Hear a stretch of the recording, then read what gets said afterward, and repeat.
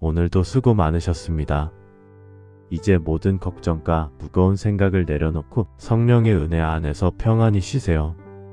성령의 은혜가 지금 당신 안에 머물러 그 은혜가 오늘 하루를 포근히 감싸주길 바랍니다.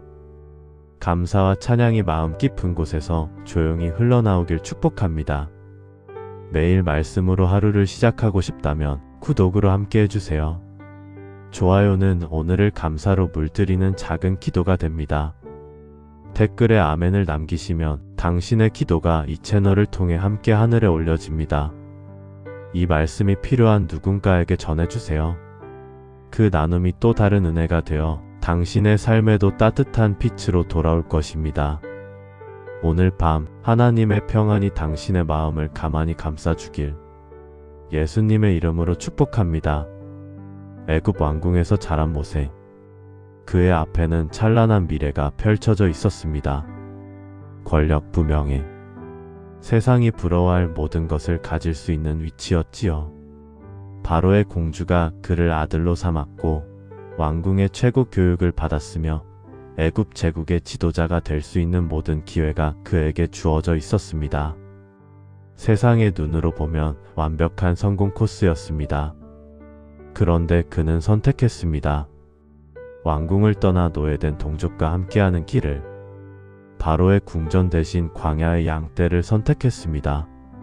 세상의 눈으로 보면 어리석은 선택이었습니다. 주변 사람들은 이해할 수 없었을 것입니다. 왜 그 모든 것을 버리는가? 하지만 하나님의 눈으로 보면 가장 지혜로운 선택이었지요. 히브리서 11장 24절부터 26절은 이렇게 기록합니다.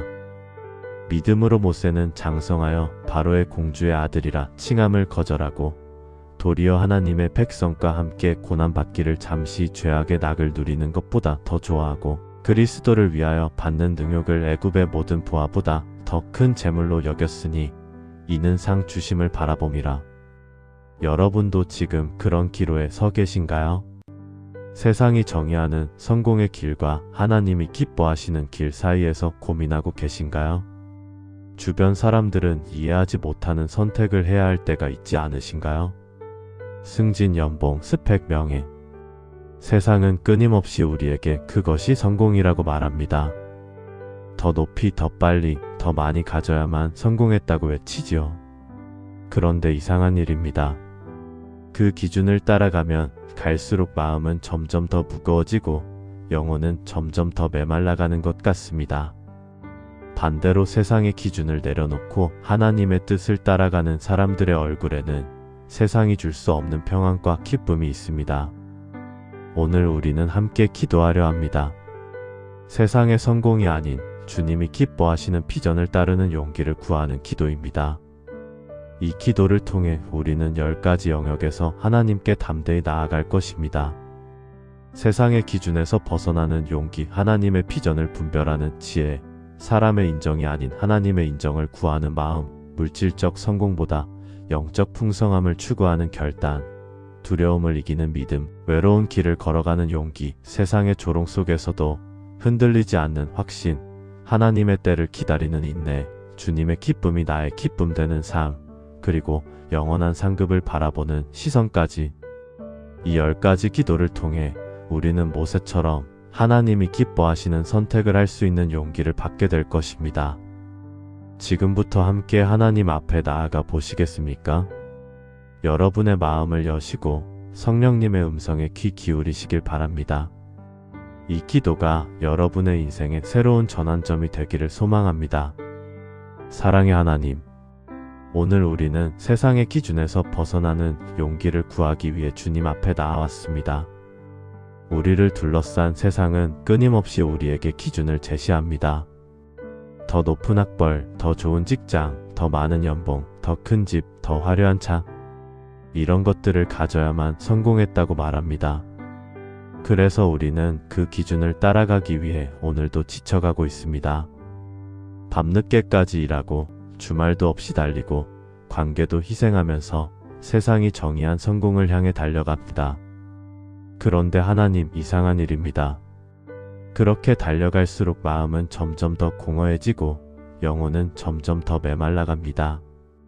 세상의 기준을 채워도 만족이 없습니다. 오히려 더 많은 것을 원하게 되고 더 높은 곳을 향해 달려가게 됩니다. 주님, 우리에게 로마서 12장 2절 말씀을 허락하여 주옵소서. 너희는 이 세대를 본받지 말고 오직 마음을 새롭게 함으로 변화를 받아 하나님의 선하시고 기뻐하시고 온전하신 뜻이 무엇인지 분별하도록 하라. 이 말씀은 사도 바울이 로마 교회 성도들에게 준 권면입니다. 당시 로마는 세계 최강대국이었고 로마의 가치관이 세상을 지배하고 있었습니다.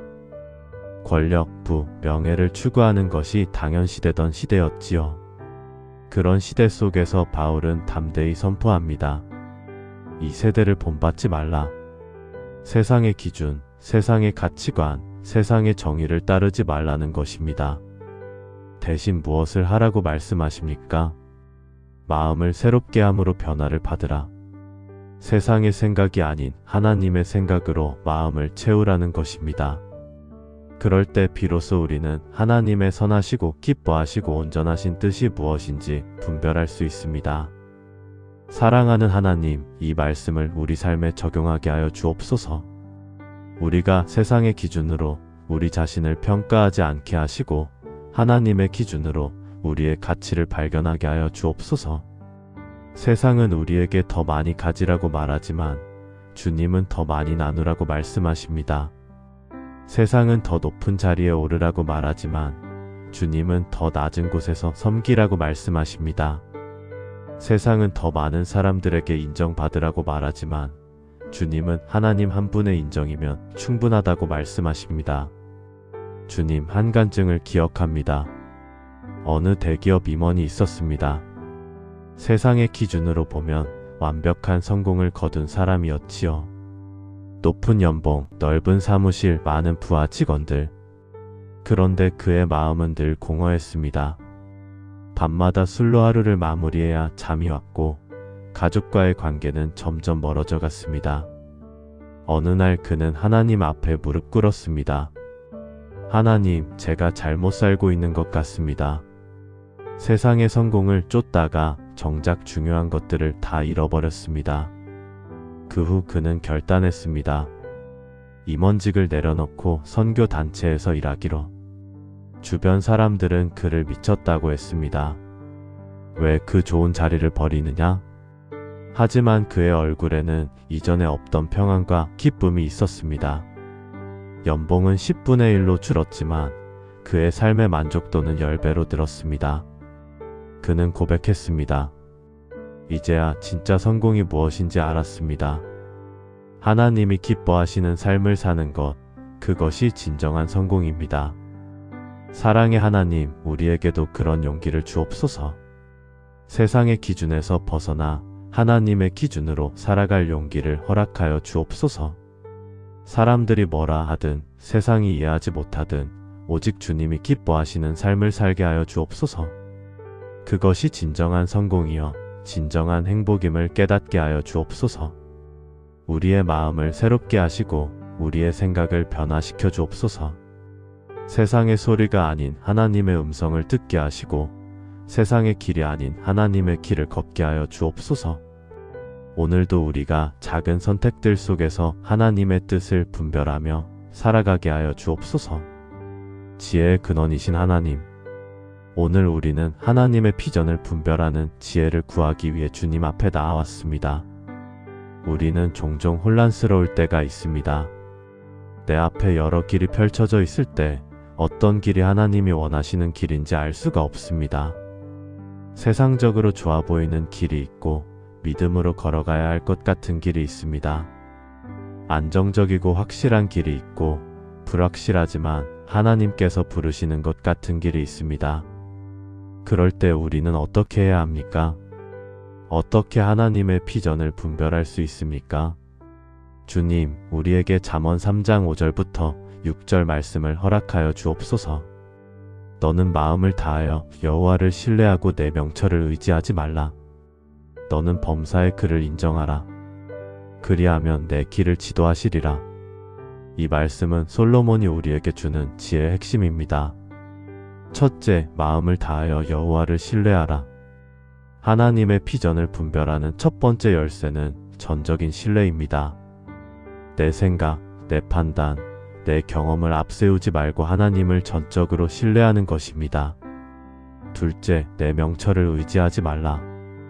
우리의 지혜, 우리의 총명함, 우리의 계산을 의지하지 말라는 것입니다. 사람의 생각은 제한적입니다.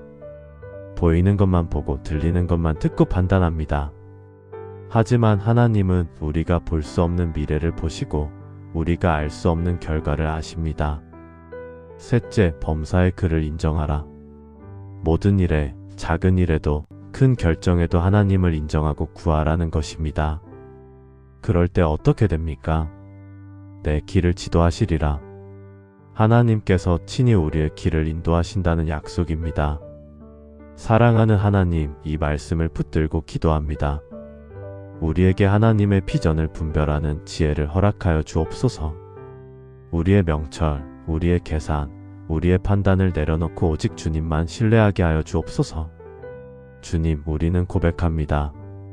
때로 우리는 하나님께 기도한다고 하면서도 이미 우리 마음속에 답을 정해놓고 있습니다. 하나님, 이 길이 맞지요? 하고 확인만 받으려 합니다. 진정으로 하나님의 뜻을 구하는 것이 아니라 우리의 결정에 하나님의 도장만 받으려 하는 것입니다. 용서하여 주옵소서. 우리가 진정으로 주님의 뜻이 무엇입니까? 하고 묻게 하여 주옵소서. 그리고 주님의 음성을 듣기 위해 기다리게 하여 주옵소서. 주님, 한 사례를 기억합니다. 어느 청년이 있었습니다. 그는 의대에 합격했습니다. 부모님의 기대였고 세상적으로도 훌륭한 길이었습니다. 그런데 그의 마음에는 계속 선교사로 부르시는 하나님의 음성이 들렸습니다. 고민이 깊어졌습니다. 의사가 되면 안정적인 삶을 살 수 있고 부모님도 기뻐하실 것입니다. 하지만 선교사가 되면 모든 것이 불확실합니다. 그는 40일을 금식하며 기도했습니다. 하나님, 주님의 뜻이 무엇입니까? 금식 기도 중에 하나님은 그에게 마태복음 6장 33절을 주셨습니다. 그런즉 너희는 먼저 그의 나라와 그의 의를 구하라. 그리하면 이 모든 것을 너희에게 더하시리라. 그는 깨달았습니다. 하나님의 나라를 먼저 구하는 것, 그것이 하나님의 비전이라는 것을. 그는 의대를 포기하고 신학교에 갔습니다. 부모님은 처음에는 반대하셨지만 결국 그의 결단을 존중해 주셨습니다. 지금 그는 아프리카에서 선교사로 사역하고 있습니다. 의료 선교를 하면서 수많은 생명을 살리고 영혼을 구원하고 있습니다. 그는 간증합니다. 만약 제가 제 생각대로 의사가 되었다면 저는 한국에서 편안하게 살았을 것입니다. 하지만 하나님의 비전을 따라 이곳에 왔을 때 제 삶은 진정한 의미를 찾았습니다. 이곳에서 제가 살린 생명들, 제가 전한 복음을 받은 영혼들을 볼 때 이것이 하나님이 저를 위해 예비하신 최고의 계획이었음을 확신합니다. 지혜의 하나님, 우리에게도 그런 분별력을 주옵소서.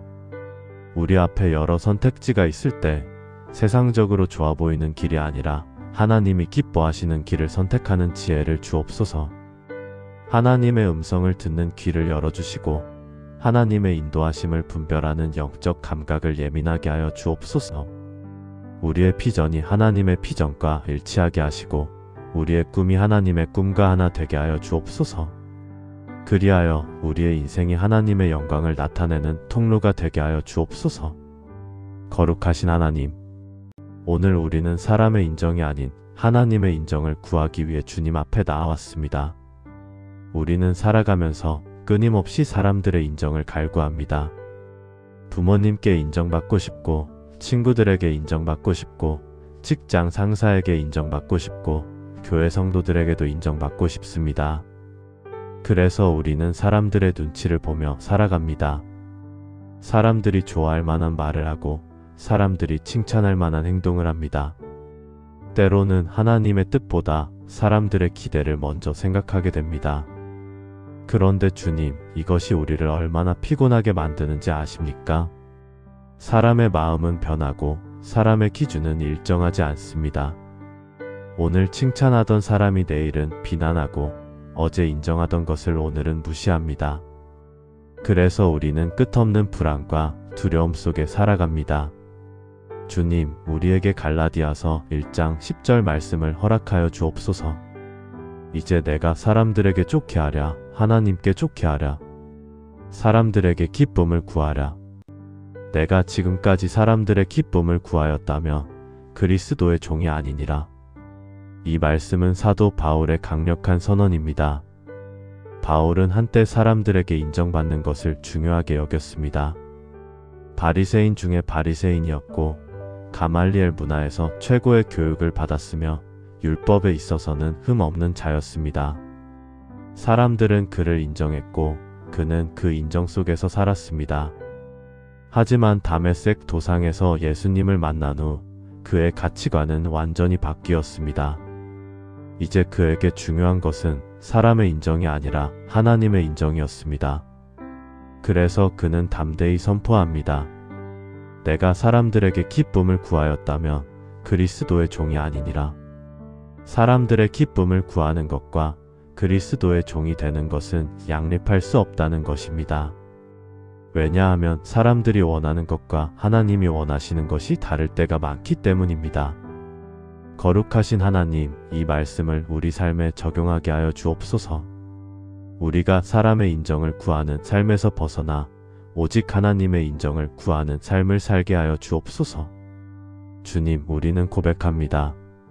우리는 때로 하나님보다 사람을 더 두려워합니다. 하나님께 불순종하는 것보다 사람들에게 미움받는 것을 더 두려워합니다. 하나님의 뜻을 따르다가 사람들에게 비난받을까 봐 두렵습니다. 그래서 타협하고 양보하고 침묵합니다. 용서하여 주옵소서. 우리가 하나님만을 경외하게 하시고 오직 하나님의 인정만을 구하게 하여 주옵소서. 주님, 한 이야기를 기억합니다. 어느 목사님이 계셨습니다. 그는 큰 교회를 섬기고 있었고 많은 사람들의 존경을 받았습니다. 그런데 어느 날 하나님께서 그에게 말씀하셨습니다. 내가 지금 나의 뜻을 따르고 있느냐, 사람들의 기대를 따르고 있느냐? 그 질문이 그의 가슴을 찔렀습니다. 생각해보니 그는 성도들이 좋아할 만한 설교를 하고 있었습니다. 편안하고 듣기 좋고 도전적이지 않은 설교. 하나님의 말씀 중에서도 사람들이 받아들이기 쉬운 부분만 선택해서 전하고 있었습니다. 그는 회개했습니다. 그리고 결단했습니다. 이제부터는 사람들이 좋아하든 싫어하든 하나님의 말씀을 있는 그대로 전하겠다고. 회개와 거룩함을 외치고 죄에 대해서는 분명히 말하고 하나님의 심판과 구원을 선포하겠다고. 그 후 교회는 변화되기 시작했습니다. 어떤 사람들은 교회를 떠났습니다. 듣기 불편한 설교를 견딜 수 없었기 때문입니다. 하지만 진정으로 하나님을 갈망하는 사람들은 더 깊이 뿌리 내렸습니다. 교회는 숫자는 줄었지만 영적으로는 더욱 강건해졌습니다. 그 목사님은 간증합니다. 예전에는 설교 후에 사람들의 반응을 먼저 살폈습니다. 오늘 설교 어떠셨어요? 하고 물어보며 사람들의 평가를 기다렸습니다. 하지만 지금은 먼저 하나님께 여쭙니다. 주님, 제가 주님의 말씀을 제대로 전했습니까? 사람의 인정이 아니라 하나님의 인정을 구하게 되었을 때 진정한 자유를 얻었습니다. 거룩하신 하나님, 우리에게도 그런 자유를 허락하여 주옵소서. 사람의 눈치를 보는 삶에서 벗어나게 하시고 오직 하나님만을 바라보는 삶을 살게 하여 주옵소서. 사람들이 칭찬할 때도 교만하지 않게 하시고 사람들이 비난할 때도 낙심하지 않게 하여 주옵소서. 오직 하나님의 평가, 하나님의 인정, 하나님의 기쁨만을 구하게 하여 주옵소서. 그날 주님 앞에 설 때 잘했다, 착하고 충성된 종아 하시는 그 한마디를 듣는 것이 우리 삶의 목표가 되게 하여 주옵소서. 풍성하신 하나님, 오늘 우리는 물질적 성공보다 영적 풍성함을 구하기 위해 주님 앞에 나아왔습니다. 우리가 사는 세상은 물질을 최고의 가치로 여깁니다. 얼마나 많이 가졌느냐, 얼마나 큰 집에 사느냐, 얼마나 비싼 차를 타느냐로 사람을 평가합니다. 그래서 우리도 알게 모르게 물질을 추구하며 살아갑니다. 더 많이 벌고, 더 많이 모으고, 더 많이 소유하기 위해 달려갑니다. 그런데 주님, 진정한 풍성함은 무엇입니까? 은행 잔고에 있는 숫자입니까? 아니면 우리 영혼의 상태입니까?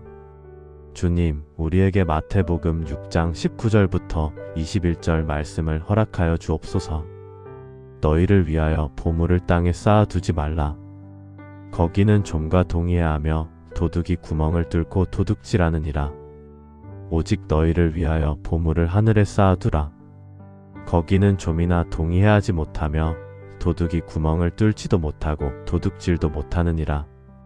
내 보물 있는 그곳에 내 마음도 있느니라. 이 말씀은 예수님께서 산상수훈에서 하신 말씀입니다. 예수님은 여기서 두 가지 보물에 대해 말씀하십니다. 땅의 보물과 하늘의 보물. 땅의 보물은 무엇입니까? 좀과 동의하고 도둑이 훔쳐갈 수 있는 것들입니다. 돈, 집, 차, 명예, 지위. 이런 것들은 모두 일시적입니다. 시간이 지나면 녹슬고 낡아지고 사라집니다. 아무리 많이 모아도 우리가 이 땅을 떠날 때 한 푼도 가져갈 수 없습니다. 하지만 하늘의 보물은 다릅니다. 좀이나 동의하지 못하고 도둑이 훔쳐갈 수도 없습니다. 하늘의 보물은 무엇입니까? 하나님과의 관계, 거룩한 성품, 선한 행실, 복음을 전한 영혼들, 이웃을 사랑한 기록. 이런 것들은 영원히 남습니다. 그리고 예수님은 중요한 진리를 말씀하십니다. 내 보물 있는 그곳에 내 마음도 있느니라. 우리가 무엇을 보물로 여기느냐에 따라 우리의 마음도 거기에 있다는 것입니다. 만약 우리가 물질을 보물로 여긴다면 우리의 마음은 항상 돈을 생각하고 더 많이 벌 방법을 궁리하고 재산 불리기에 집중됩니다. 하지만 우리가 영적인 것을 보물로 여긴다면 우리의 마음은 하나님을 향하고 영혼을 사랑하고 영원한 것에 집중됩니다. 풍성하신 하나님, 이 말씀을 우리 삶에 적용하게 하여 주옵소서.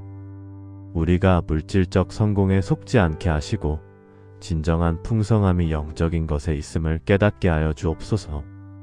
주님, 우리는 고백합니다. 우리는 때로 하나님보다 돈을 더 신뢰합니다.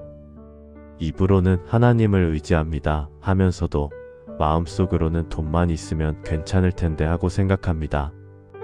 기도보다 돈 버는 일을 더 중요하게 여기고 예배보다 이를 우선시합니다. 11조 드리는 것을 아까워하고 헌금할 때마다 망설입니다. 용서하여 주옵소서. 우리의 가치관을 바로 잡아주시고 우리의 우선순위를 하나님께 맞추게 하여 주옵소서. 주님, 한 부부의 이야기를 기억합니다. 그들은 젊었을 때 물질적 성공을 최고의 목표로 삼았습니다.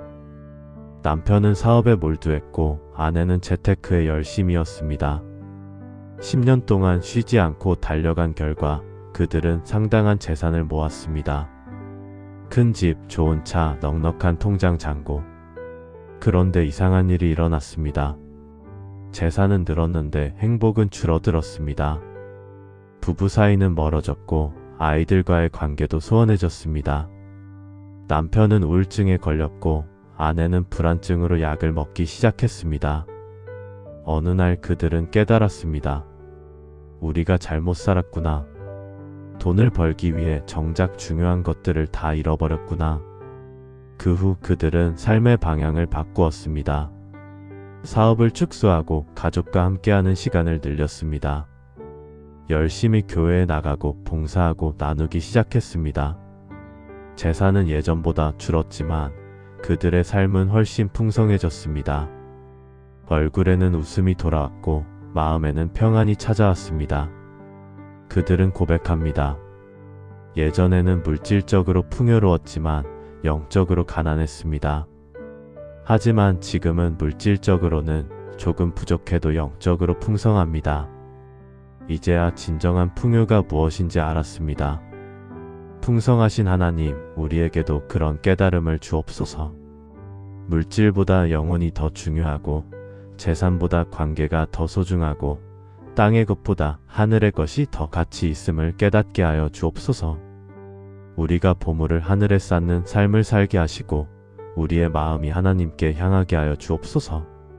물질을 우상으로 섬기지 않게 하시고 오직 하나님만을 섬기게 하여 주옵소서. 우리에게 주신 물질을 하나님의 영광을 위해 이웃을 섬기기 위해 복음을 전하기 위해 사용하게 하여 주옵소서. 그리하여 우리의 삶이 진정으로 풍성한 삶이 되게 하여 주옵소서. 전능하신 하나님, 오늘 우리는 두려움을 이기는 믿음을 구하기 위해 주님 앞에 나아왔습니다. 세상의 성공이 아닌 하나님의 뜻을 따라 살기로 결단할 때 우리 앞에 가장 큰 장애물은 두려움입니다. 만약 실패하면 어떡하지? 사람들이 비웃으면 어떡하지? 생계가 막막해지면 어떡하지? 가족들이 반대하면 어떡하지? 이런 두려움들이 우리의 발목을 잡습니다. 하나님의 음성은 분명히 들리는데 두려움 때문에 순종하지 못합니다.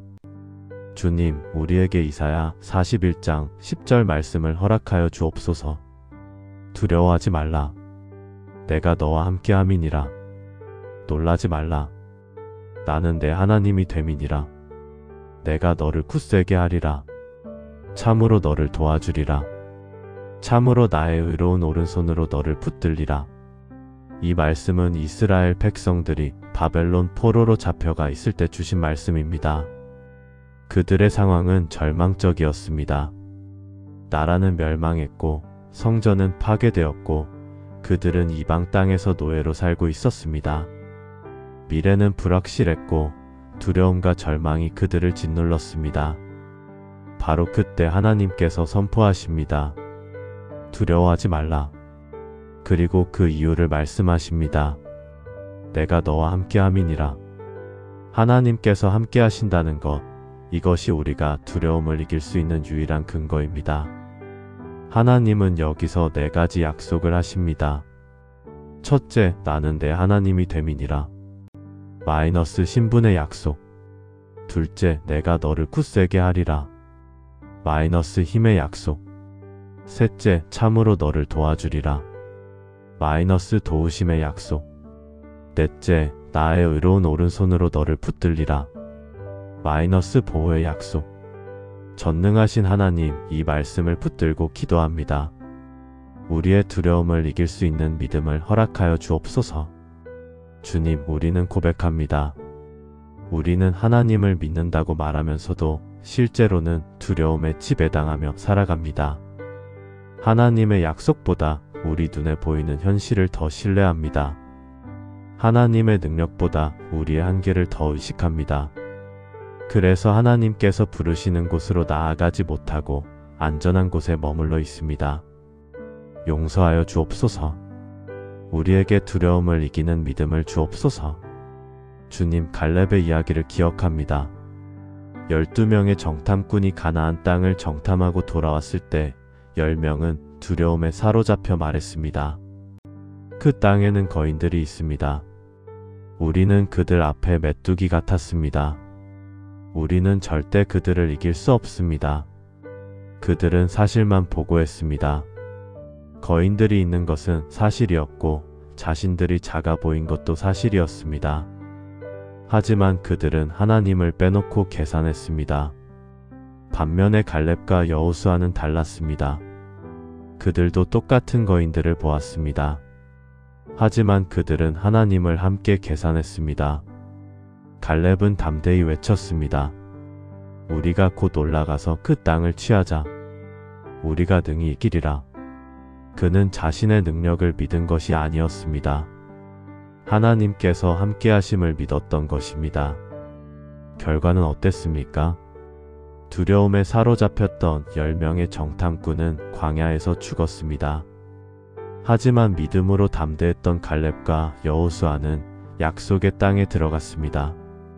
갈렙은 85세의 가장 어려운 산지를 자신의 기업으로 요구했고 그것을 정복했습니다. 주님, 한 선교사의 이야기를 기억합니다. 그는 하나님의 부르심을 받고 선교지로 나가려 했습니다. 그런데 그곳은 전쟁이 한창인 위험한 지역이었습니다. 가족들이 반대했고 친구들이 말렸습니다. 왜 굳이 거기를 가려고 하느냐? 안전한 곳도 많은데. 그의 마음에도 두려움이 밀려왔습니다. 만약 죽으면 어떡하지? 아내와 아이들은 어떻게 되는 거지? 그는 40일을 기도했습니다. 기도하는 중에 하나님께서 이사야 41장 10절을 주셨습니다. 두려워하지 말라. 내가 너와 함께함이니라. 그는 깨달았습니다. 하나님께서 함께하시면 그곳이 가장 안전한 곳이라는 것을. 하나님 없이 안전한 곳에 있는 것보다 하나님과 함께 위험한 곳에 있는 것이 낫다는 것을. 그는 순종했습니다. 선교지로 나갔고 그곳에서 놀라운 하나님의 역사를 경험했습니다. 수많은 영혼들이 구원받았고 교회가 세워졌고 하나님의 나라가 확장되었습니다. 그는 지금도 그곳에서 사역하며 간증합니다. 제가 두려움을 이기고 순종했을 때 하나님께서 약속하신 대로 저를 굳세게 하시고 도와주시고 붙드셨습니다. 지난 20년간 수많은 위험한 순간들이 있었지만 하나님께서 한 번도 저를 버리신 적이 없습니다. 전능하신 하나님, 우리에게도 그런 믿음을 주옵소서. 두려움을 보고 멈추지 않고 믿음으로 나아가게 하여 주옵소서. 하나님께서 함께 하시면 우리가 이길 수 없는 것이 없음을 믿게 하여 주옵소서. 우리의 연약함을 보지 말고 하나님의 전능하심을 바라보게 하여 주옵소서. 우리의 한계를 의식하지 말고 하나님의 무한하심을 신뢰하게 하여 주옵소서. 그리하여 우리가 두려움을 이기고 하나님의 뜻을 담대히 따라가게 하여 주옵소서. 함께 하시는 하나님, 오늘 우리는 외로운 길을 걸어가는 용기를 구하기 위해 주님 앞에 나아왔습니다. 하나님의 뜻을 따라 살기로 결단할 때 우리는 종종 외로움을 경험합니다. 많은 사람들이 가는 넓은 길이 아니라 좁은 길을 선택했기 때문입니다. 세상 사람들은 이해하지 못하고 때로는 가까운 사람들도 함께하지 않습니다. 왜 굳이 그런 어려운 길을 가려고 하느냐? 다른 사람들처럼 편하게 살면 안 되느냐? 이런 말들을 들으며 우리는 외로움을 느낍니다. 혹시 내가 잘못 선택한 것은 아닐까 하는 의심도 듭니다. 주님, 우리에게 히브리서 13장 5절부터 6절 말씀을 허락하여 주옵소서. 그가 친히 말씀하시기를 내가 결코 너희를 버리지 아니하고 너희를 떠나지 아니하리라 하셨느니라. 그러므로 우리가 담대히 말하되 주는 나를 돕는 이시니 내가 무서워하지 아니하겠노라. 사람이 내게 어찌하리요. 이 말씀은 초대 교회 성도들에게 주신 말씀입니다. 그들은 믿음 때문에 엄청난 박해를 받고 있었습니다. 가족에게 버림받고 친구들에게 외면당하고 사회에서 배척당했습니다. 재산을 빼앗기고 직장을 잃고 심지어 생명의 위협까지 받았습니다. 그들은 믿음의 길을 걷는 것이 얼마나 외로운 일인지 절실히 느꼈습니다. 바로 그런 그들에게 하나님께서 약속하십니다. 내가 결코 너희를 버리지 아니하고 너희를 떠나지 아니하리라. 사람들은 떠날 수 있습니다. 가까운 사람들도 이해하지 못하고 돌아설 수 있습니다. 하지만 하나님만은 절대로 우리를 버리지 않으신다는 약속입니다. 그래서 우리는 담대히 말할 수 있습니다. 주는 나를 돕는 이시니 내가 무서워하지 아니하겠노라. 함께 하시는 하나님, 이 말씀을 붙들고 기도합니다. 우리가 외로운 길을 걸어갈 때 주님께서 함께 하심을 믿게 하여 주옵소서. 주님, 우리는 고백합니다. 우리는 하나님보다 사람과 함께하는 것을 더 원할 때가 있습니다. 하나님의 인정보다 사람들의 동의를 더 갈구합니다. 하나님의 동행보다 사람들의 동참을 더 바랍니다. 그래서 사람들이 함께하지 않으면 불안하고 사람들이 이해하지 못하면 외로워합니다. 용서하여 주옵소서. 우리가 하나님과의 동행만으로도 충분함을 깨닫게 하여 주옵소서. 주님, 엘리야의 이야기를 기억합니다. 갈멜산에서 바알 선지자 450명과 대결하여 승리한 후 엘리야는 극도의 외로움에 빠졌습니다. 이세벨 왕후가 그를 죽이겠다고 위협했고 아무도 그를 도와주지 않았습니다. 그는 로뎀 나무 아래 앉아 죽기를 구했습니다. 여호와여, 넉넉하오니 지금 내 생명을 거두시옵소서. 나는 내 조상들보다 낫지 못하니이다. 그는 철저히 혼자였습니다. 아니, 그렇게 느꼈습니다. 하지만 하나님께서는 그에게 말씀하셨습니다. 내가 이스라엘 가운데 7,000명을 남기리니 다 바알에게 무릎을 꿇지 아니하고 다 바알에게 입맞추지 아니한 자니라. 엘리야는 자신이 홀로 남았다고 생각했지만 실제로는 7,000명의 동역자가 있었습니다. 그리고 무엇보다 하나님께서 그와 함께하고 계셨습니다. 주님, 한 청년의 이야기를 기억합니다. 그는 대학에서 기독교 동아리를 시작했습니다. 하지만 아무도 관심을 가지지 않았습니다. 첫 모임에 나온 사람은 그 혼자뿐이었습니다. 주변 사람들은 비웃었습니다. 아무도 안 오는 동아리를 왜 계속하려고 하느냐? 그는 외로웠습니다. 하지만 그는 포기하지 않았습니다. 매주 혼자서라도 그 시간, 그 장소에서 기도하고 말씀을 묵상했습니다. 3개월이 지났습니다. 1명이 왔습니다. 6개월이 지났습니다. 3명이 되었습니다. 1년이 지났습니다. 10명이 모였습니다. 2년이 지났을 때 그 동아리는 학교에서 가장 큰 동아리 중 하나가 되었습니다. 그 청년은 고백합니다. 처음 3개월은 정말 외로웠습니다. 하지만 그 시간이 제게 가장 소중한 시간이었습니다. 그때 저는 하나님과 깊이 교제하는 법을 배웠습니다. 사람이 없어도 하나님만으로 충분하다는 것을 경험했습니다. 그 경험이 있었기에 나중에 많은 사람이 왔을 때도 흔들리지 않을 수 있었습니다. 함께 하시는 하나님, 우리에게도 그런 확신을 주옵소서. 사람들이 함께하지 않아도 괜찮다는 것을, 하나님께서 함께 하시면 충분하다는 것을 깨닫게 하여 주옵소서. 외로운 길 같아도 실제로는 하나님께서 동행하시는 영광스러운 길임을 믿게 하여 주옵소서. 많은 사람들이 가는 길이 아니라 하나님께서 인도하시는 길을 따라가는 용기를 주옵소서. 그 길에서 하나님과 더 깊이 교제하고 하나님을 더 친밀히 알아가게 하여 주옵소서. 그리고 때가 되면 하나님께서 동역자들을 보내주실 것을 믿고 기다리게 하여 주옵소서. 의로우신 하나님, 오늘 우리는 세상의 조롱 속에서도 흔들리지 않는 확신을 구하기 위해 주님 앞에 나아왔습니다. 하나님의 뜻을 따라 살기로 결단할 때 우리는 세상의 조롱을 경험하게 됩니다. 시대착오적이다, 비현실적이다, 광신도다. 이런 말들을 들으며 우리는 상처받고 흔들립니다. 때로는 가까운 사람들로부터 더 아픈 말을 듣기도 합니다. 내가 뭐가 대단하다고 그렇게 사느냐? 종교에 빠져서 정신을 못 차리고 있구나. 이런 조롱 앞에서 우리는 위축되고 의기소침해집니다. 혹시 내가 잘못 알고 있는 것은 아닐까? 내가 너무 극단적인 것은 아닐까 하는 생각이 듭니다. 주님, 우리에게 시편 1편 1절부터 3절 말씀을 허락하여 주옵소서. 복 있는 사람은 악인들의 꾀를 따르지 아니하며 죄인들의 길에 서지 아니하며 오만한 자들의 자리에 앉지 아니하고 오직 여호와의 율법을 즐거워하여 그의 율법을 주야로 묵상하는도다.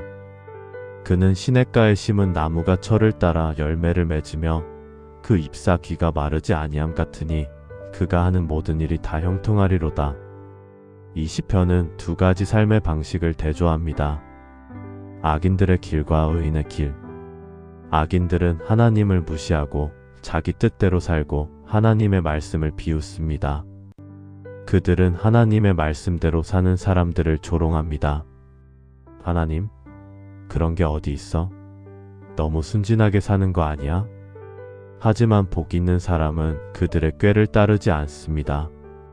그들의 길에 서지 않고 그들의 자리에 앉지 않습니다. 대신 무엇을 합니까? 여호와의 율법을 즐거워하여 그의 율법을 주야로 묵상합니다. 세상의 소리가 아니라 하나님의 말씀에 귀를 기울입니다. 그 결과는 무엇입니까? 시냇가에 심은 나무 같아서 철을 따라 열매를 맺으며 그 잎사귀가 마르지 아니합니다. 겉으로 보기에는 악인들이 더 형통하고 성공한 것 같아 보입니다. 하지만 시간이 지나면 진실이 드러납니다. 하나님의 말씀대로 산 사람은 시냇가의 나무처럼 늘 푸르고 열매를 맺습니다. 의로우신 하나님, 이 말씀을 붙들고 기도합니다. 우리가 세상의 조롱 속에서도 흔들리지 않는 확신을 갖게 하여 주옵소서. 주님, 우리는 고백합니다. 우리는 세상의 조롱에 너무 쉽게 상처받습니다. 하나님의 말씀보다 사람들의 말에 더 영향을 받습니다. 하나님의 평가보다 세상의 평가에 더 신경 씁니다. 그래서 조롱받을까 봐 믿음을 숨기고 비웃음 당할까 봐 타협합니다. 용서하여 주옵소서. 우리가 하나님의 말씀에 확신을 갖게 하시고 세상의 조롱을 두려워하지 않게 하여 주옵소서. 주님, 노아의 이야기를 기억합니다. 하나님께서 노아에게 방주를 지으라고 명령하셨을 때 사람들은 그를 미쳤다고 비웃었습니다. 비도 오지 않는데 무슨 홍수를 대비한단 말인가? 120년 동안 노아는 조롱받았습니다. 매일 사람들이 지나가며 비웃었습니다. 저 바보 아직도 배를 만들고 있네. 세상이 망한다고? 아, 웃기는 소리. 가까운 친척들도 그를 이해하지 못했습니다. 노아야, 제발 정신 차려. 내가 너무 종교에 빠진 거야. 하지만 노아는 흔들리지 않았습니다. 사람들의 조롱보다 하나님의 말씀을 더 신뢰했습니다. 그는 120년 동안 묵묵히 방주를 지었습니다. 결과는 어땠습니까? 홍수가 왔고 노아와 그의 가족만 살아남았습니다. 조롱하던 사람들은 모두 멸망했습니다. 노아는 세상의 조롱 속에서도 확신을 잃지 않았기 때문에 구원받았습니다. 주님, 한 목사님의 이야기를 기억합니다. 그는 대학교에서 교수로 재직하고 있었습니다. 하나님의 부르심을 받고 사역자가 되기로 결심했을 때 동료 교수들이 그를 비웃었습니다. 자네 미쳤나? 종신 교수직을 버리고 목사가 된다고? 21세기에 무슨 하나님이야? 정신 차리게. 학생들도 수군거렸습니다. 교수님이 종교에 빠져서 이성을 잃으신 것 같아. 가족들도 반대했습니다. 내가 뭘 잘못 먹었니? 멀쩡한 직장을 버리고. 하지만 그는 확신이 있었습니다. 하나님께서 자신을 부르셨다는 것을. 그는 교수직을 사임하고 신학교에 들어갔습니다. 주변 사람들은 그를 불쌍하게 여겼습니다. 10년이 지났습니다. 그는 작은 교회를 개척하여 섬기고 있습니다. 연봉은 교수 시절의 3분의 1도 안 됩니다. 하지만 그의 얼굴에는 말할 수 없는 기쁨이 있습니다. 그는 고백합니다. 사람들은 제가 많은 것을 잃었다고 말합니다. 하지만 저는 가장 소중한 것을 얻었습니다. 하나님의 뜻 가운데 사는 기쁨, 영혼을 섬기는 보람, 하나님과의 깊은 교제. 이것들은 돈으로 살 수 없는 것들입니다. 세상은 여전히 저를 이해하지 못합니다. 하지만 괜찮습니다.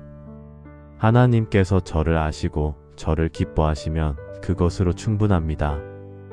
의로우신 하나님, 우리에게도 그런 확신을 주옵소서.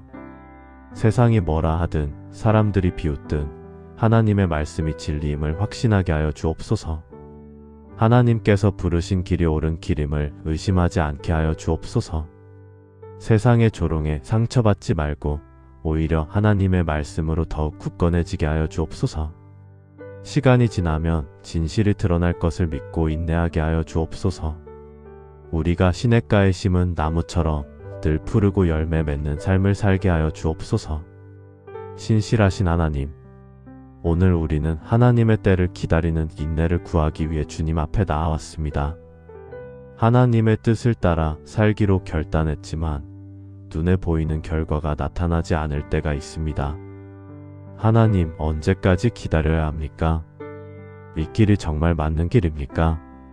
제가 잘못 선택한 것은 아닙니까? 이런 질문들이 우리 마음속에서 끊임없이 일어납니다. 특히 세상 사람들이 빠르게 성공하는 것을 볼 때 우리는 초조해집니다. 하나님의 뜻을 따른다고 했는데 왜 이렇게 더딘 것일까? 주님, 우리에게 하박국 2장 3절 말씀을 허락하여 주옵소서. 이 묵시는 정한 때가 있나니 그 종말을 향하여 급히 가나니 결코 거짓되지 아니하리라. 비록 더딜지라도 기다리라. 지체되지 아니하고 반드시 응하리라. 이 말씀은 선지자 하박국이 받은 말씀입니다. 하박국은 이스라엘의 상황을 보며 하나님께 부르짖었습니다. 하나님, 왜 악인이 형통하고 의인이 고난받습니까? 하나님, 언제까지 이 상황이 계속됩니까? 하나님께서는 하박국의 기도에 응답하셨지만 그것이 즉시 이루어지지는 않을 것이라고 말씀하셨습니다. 정한 때가 있다. 하나님께는 모든 일의 때가 있습니다. 우리가 원하는 때가 아니라 하나님께서 정하신 때가 있습니다. 비록 더딜지라도 기다리라. 우리 눈에는 더디게 보일 수 있습니다. 하지만 하나님의 시간표는 정확합니다.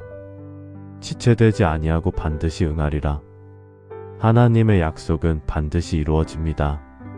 한치의 오차도 없이 정확한 때에 신실하신 하나님, 이 말씀을 붙들고 기도합니다.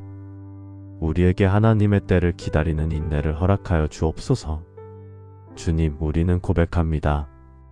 우리는 너무 성급합니다. 빨리 결과를 보고 싶어하고 즉시 응답받기를 원합니다. 기다리는 것을 힘들어하고 더딘 것을 견디지 못합니다. 그래서 하나님의 때를 기다리지 못하고 우리 방법으로 해결하려 합니다. 용서하여 주옵소서. 우리에게 기다리는 법을 가르쳐 주시고 하나님의 때가 가장 완벽한 때임을 믿게 하여 주옵소서. 주님, 요셉의 이야기를 기억합니다. 요셉은 17세에 하나님으로부터 큰 꿈을 받았습니다. 형들이 그에게 절하는 꿈, 해와 달과 별들이 그에게 경배하는 꿈. 분명한 하나님의 계시였습니다. 하지만 그 꿈이 이루어지기까지 13년이 걸렸습니다. 그 13년 동안 요셉은 무엇을 경험했습니까? 형들에게 배신당하고 노예로 팔리고 억울한 누명을 쓰고 감옥에 갇혔습니다. 꿈과는 정반대의 상황이었습니다. 요셉은 생각했을 것입니다. 하나님, 제가 받은 그 꿈은 무엇이었습니까? 이것이 하나님의 계획이었습니까? 하지만 요셉은 포기하지 않았습니다. 어떤 상황에서도 하나님을 신뢰했고 하나님의 때를 기다렸습니다. 그리고 30세가 되던 해 하루아침에 모든 것이 바뀌었습니다. 감옥에서 애굽의 총리가 되었고 형들이 그 앞에 절하게 되었습니다. 요셉은 나중에 형들에게 말합니다. 당신들은 나를 해하려 하였으나 하나님은 그것을 선으로 바꾸사 오늘과 같이 많은 백성의 생명을 구원하게 하시려 하셨나니 하나님께서는 13년의 기다림을 통해 요셉을 준비시키셨습니다. 그 기다림의 시간이 없었다면 요셉은 총리의 직분을 감당할 수 없었을 것입니다. 주님, 한 사역자의 이야기를 기억합니다. 그는 20대에 하나님으로부터 큰 교회를 세우라는 비전을 받았습니다. 그는 열정적으로 사역을 시작했습니다. 하지만 10년이 지나도 교회는 10명을 넘지 못했습니다. 주변의 동기들은 큰 교회를 섬기고 있었고 그는 작은 교회에서 고군분투하고 있었습니다. 그는 낙심했습니다. 하나님, 제가 받은 그 비전은 무엇이었습니까? 제가 잘못 들은 것입니까? 그는 40일 금식 기도를 했습니다. 기도 중에 하나님께서 말씀하셨습니다. 내가 너를 준비시키고 있다. 때가 되면 내가 이루리라. 그는 깨달았습니다. 자신이 아직 준비되지 않았다는 것을, 큰 교회를 감당할 만한 영적 깊이가 부족하다는 것을. 그는 마음을 바꿨습니다. 빨리 성장하는 것보다 깊이 있게 준비하기로. 그는 더욱 깊이 말씀을 연구하고 기도하고 사람들을 섬겼습니다. 그렇게 15년이 지났습니다.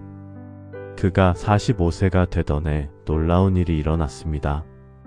교회가 급성장하기 시작한 것입니다. 1년 만에 500명이 되었고 3년 만에 2000명이 되었고 5년 만에 5000명이 넘는 교회가 되었습니다. 그는 고백합니다. 만약 20대에 큰 교회가 되었다면 저는 교만해져서 무너졌을 것입니다. 하나님께서는 25년이라는 긴 시간을 통해 저를 준비시키셨습니다. 그 기다림의 시간이 있었기에 지금의 부흥을 감당할 수 있습니다. 하나님의 때는 정확합니다. 신실하신 하나님, 우리에게도 그런 인내를 주옵소서. 빨리 이루어지지 않는다고 불평하지 말고 하나님께서 우리를 준비시키고 계심을 믿게 하여 주옵소서. 기다림의 시간을 낭비하지 말고 그 시간을 통해 더욱 깊어지고 성숙해지게 하여 주옵소서. 하나님의 때가 가장 완벽한 때임을 확신하게 하시고 그 때를 끝까지 기다리는 인내를 허락하여 주옵소서. 우리의 조급함을 내려놓고 하나님의 시간표를 신뢰하게 하여 주옵소서. 그리하여 때가 이르면 하나님께서 예비하신 놀라운 일들을 경험하게 하여 주옵소서. 기쁨의 하나님, 오늘 우리는 주님의 기쁨이 나의 기쁨이 되기를 구하기 위해 주님 앞에 나아왔습니다. 세상 사람들은 성공해서 기쁨을 찾습니다. 높은 자리에 올랐을 때, 많은 돈을 벌었을 때, 사람들에게 인정받았을 때 기뻐합니다. 그런데 그 기쁨은 얼마나 갑니까? 잠깐입니다. 금방 사라지고 더 큰 것을 원하게 되고 결국 공허함만 남습니다. 하지만 하나님께서 주시는 기쁨은 다릅니다. 세상이 빼앗아 갈 수 없는 기쁨, 환경이 바뀌어도 변하지 않는 기쁨입니다. 주님, 우리에게 요한복음 15장 11절 말씀을 허락하여 주옵소서. 내가 이것을 너희에게 이름은 내 기쁨이 너희 안에 있어 너희 기쁨을 충만하게 하려 함이라. 이 말씀은 예수님께서 제자들에게 하신 말씀입니다. 예수님은 십자가를 앞두고 계셨습니다.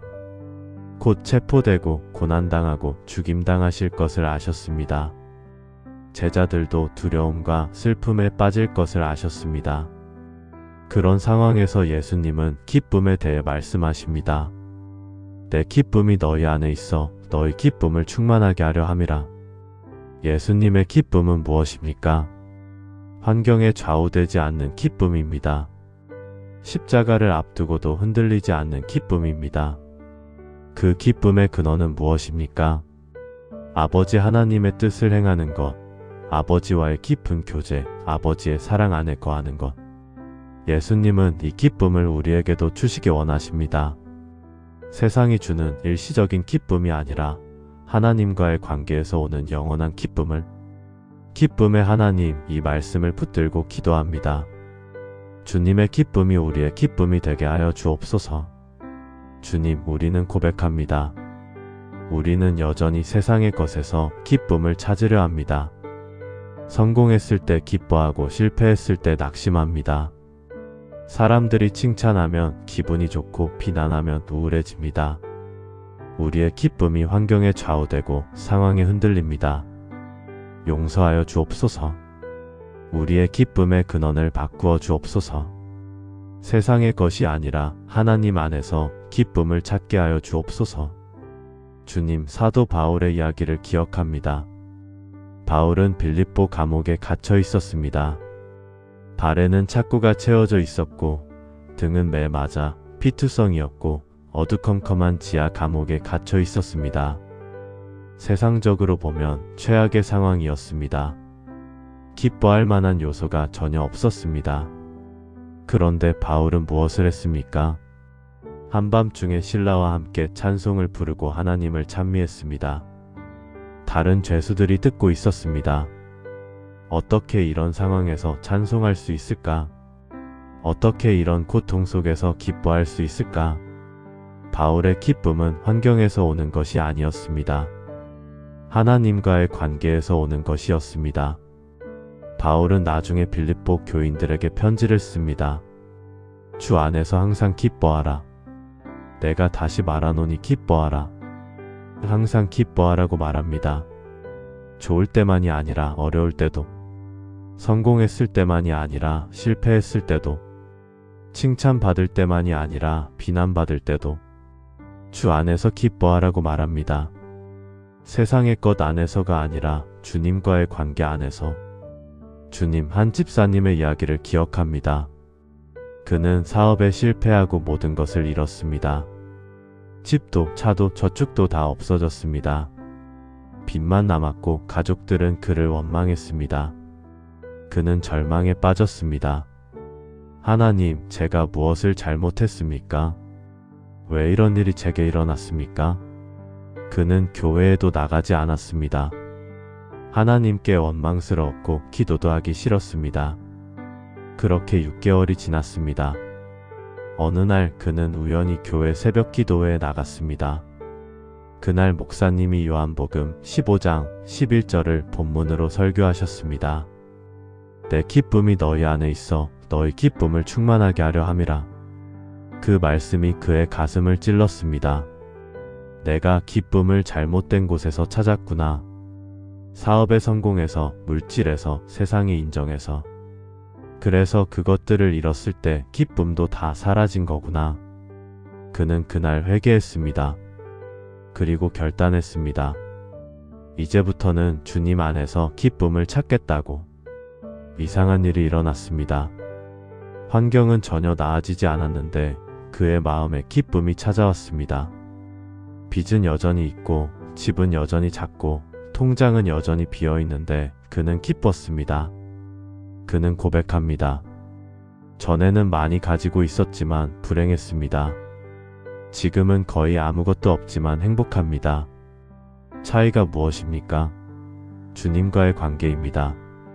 주님과 깊이 교제할 때 주님의 기쁨이 내 안에 흘러넘칩니다. 이것이 진짜 기쁨입니다. 기쁨의 하나님, 우리에게도 그런 기쁨을 허락하여 주옵소서. 세상의 것에서 기쁨을 찾지 말고 주님 안에서 기쁨을 찾게 하여 주옵소서. 환경이 좋을 때만이 아니라 어려울 때도 기뻐할 수 있는 은혜를 주옵소서. 주님의 뜻을 행할 때 오는 기쁨, 주님과 교제할 때 누리는 기쁨, 주님의 사랑 안에 거할 때 경험하는 기쁨을 알게 하여 주옵소서. 그래서 우리의 기쁨이 충만하게 하시고 그 기쁨이 세상 사람들에게도 전해지게 하여 주옵소서. 우리의 기쁨을 통해 사람들이 진정한 기쁨의 근원이 하나님이심을 알게 하여 주옵소서. 영원하신 하나님, 오늘 우리는 영원한 상급을 바라보는 시선을 구하기 위해 주님 앞에 나왔습니다. 우리가 사는 세상은 보이는 것, 당장의 것, 일시적인 것에만 집중합니다. 지금 여기서 무엇을 얻느냐가 전부입니다. 하지만 성경은 우리에게 다른 관점을 제시합니다. 보이지 않는 것, 영원한 것, 하늘의 상급을 바라보라고 말합니다. 주님, 우리에게 고린도후서 4장 17절부터 18절 말씀을 허락하여 주옵소서. 우리가 잠시 받는 환난에 경한 것이 지극히 크고 영원한 영광에 중한 것을 우리에게 이루게 함이니 우리가 주목하는 것은 보이는 것이 아니요 보이지 않는 것이니 보이는 것은 잠깐이요 보이지 않는 것은 영원함이라. 이 말씀은 사도 바울이 고린도 교회에 보낸 편지입니다. 바울은 복음을 전하면서 엄청난 고난을 겪었습니다. 매 맞고 돌에 맞고 감옥에 갇히고 굶주리고 추위에 떨고 죽을 고비를 여러 번 넘겼습니다. 세상적으로 보면 완전히 실패한 인생이었습니다. 하지만 바울은 이 모든 고난을 잠시 받는 환난에 경한 것이라고 표현합니다. 어떻게 그럴 수 있습니까? 왜냐하면 그는 영원한 관점으로 보았기 때문입니다. 지극히 크고 영원한 영광을 바라보았기 때문입니다. 바울은 두 가지를 대조합니다. 보이는 것과 보이지 않는 것, 잠깐인 것과 영원한 것. 보이는 것은 우리 눈에 확실해 보입니다. 돈, 명예, 권력, 성공. 하지만 그것들은 잠깐입니다. 우리가 이 땅을 떠날 때 한 가지도 가져갈 수 없습니다. 반면에 보이지 않는 것은 불확실해 보입니다. 하늘의 상급, 영원한 영광. 하지만 그것이 진짜이고 영원합니다. 바울은 말합니다. 우리가 주목하는 것은 보이는 것이 아니요 보이지 않는 것이니. 주목한다는 것은 우리의 시선을, 우리의 관심을, 우리의 가치관을 거기에 두는 것입니다. 영원하신 하나님, 이 말씀을 붙들고 기도합니다. 우리에게 영원한 상급을 바라보는 시선을 허락하여 주옵소서. 주님, 우리는 고백합니다. 우리는 너무 쉽게 보이는 것에 마음을 빼앗깁니다. 당장 눈앞에 있는 것이 더 중요해 보이고 영원한 것은 멀게만 느껴집니다. 하늘의 상급보다 땅의 성공이 더 확실해 보입니다.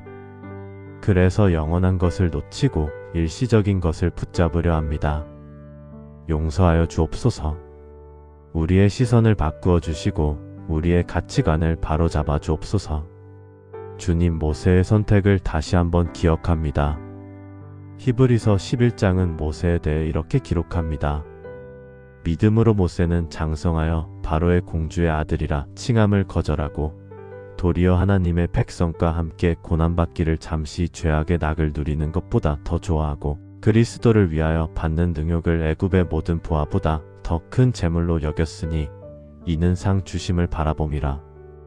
모세는 무엇을 보았습니까? 상 주심을 바라보았습니다.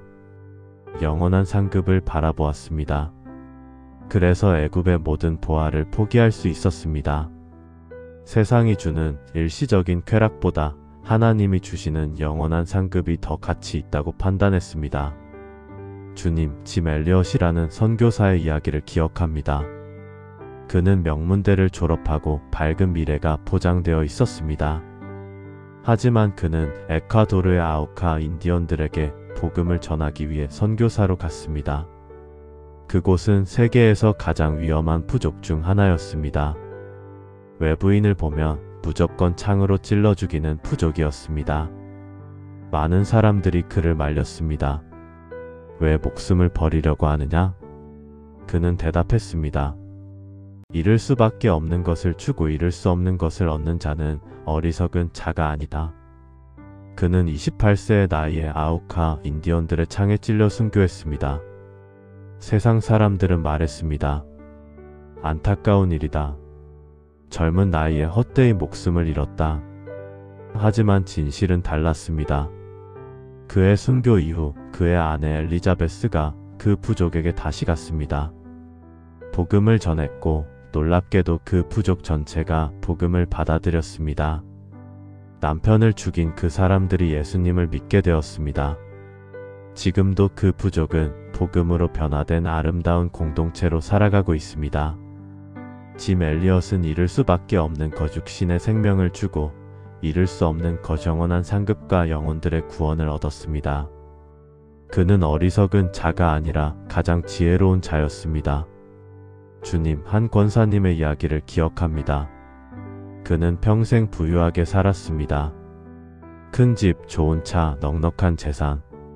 하지만 70세가 되었을 때 그는 깨달았습니다. 내가 이 모든 것을 가지고 무엇을 했는가? 나를 위해서만 썼구나. 그는 결단했습니다. 남은 인생은 영혼을 위해 투자하겠다고. 그는 재산의 대부분을 선교와 구제에 사용했습니다. 구하원을 짓고 선교사들을 후원하고 가난한 이들을 도왔습니다. 80세가 되었을 때 그의 통장은 거의 비어 있었습니다. 하지만 그의 얼굴에는 말할 수 없는 기쁨이 있었습니다. 그는 고백했습니다. 70세까지는 땅의 것을 쌓았습니다. 하지만 그것들은 다 사라졌습니다. 70세 이후에는 하늘의 것을 쌓았습니다. 이것은 영원히 남을 것입니다.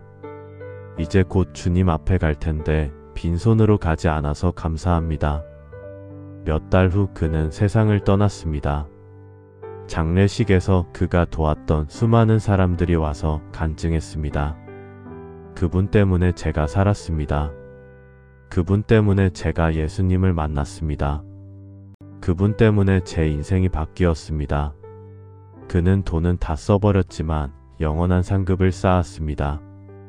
영원하신 하나님, 우리에게도 그런 시선을 주옵소서. 보이는 것이 아니라 보이지 않는 것을 주목하게 하여 주옵소서. 잠깐인 것이 아니라 영원한 것에 투자하게 하여 주옵소서. 땅의 것을 쌓는데 우리 인생을 낭비하지 말고 하늘의 것을 쌓는데 우리 인생을 사용하게 하여 주옵소서. 이 땅에서의 성공이 아니라 하늘에서의 상급을 추구하게 하여 주옵소서. 그날 주님 앞에 섰을 때 잘했다. 착하고 충성된 종아 하시는 그 음성을 듣게 하여 주옵소서. 그것이 우리 인생의 궁극적 목표가 되게 하시고 그것을 위해 우리의 모든 것을 드리게 하여 주옵소서. 예수 그리스도의 이름으로 기도합니다. 아멘.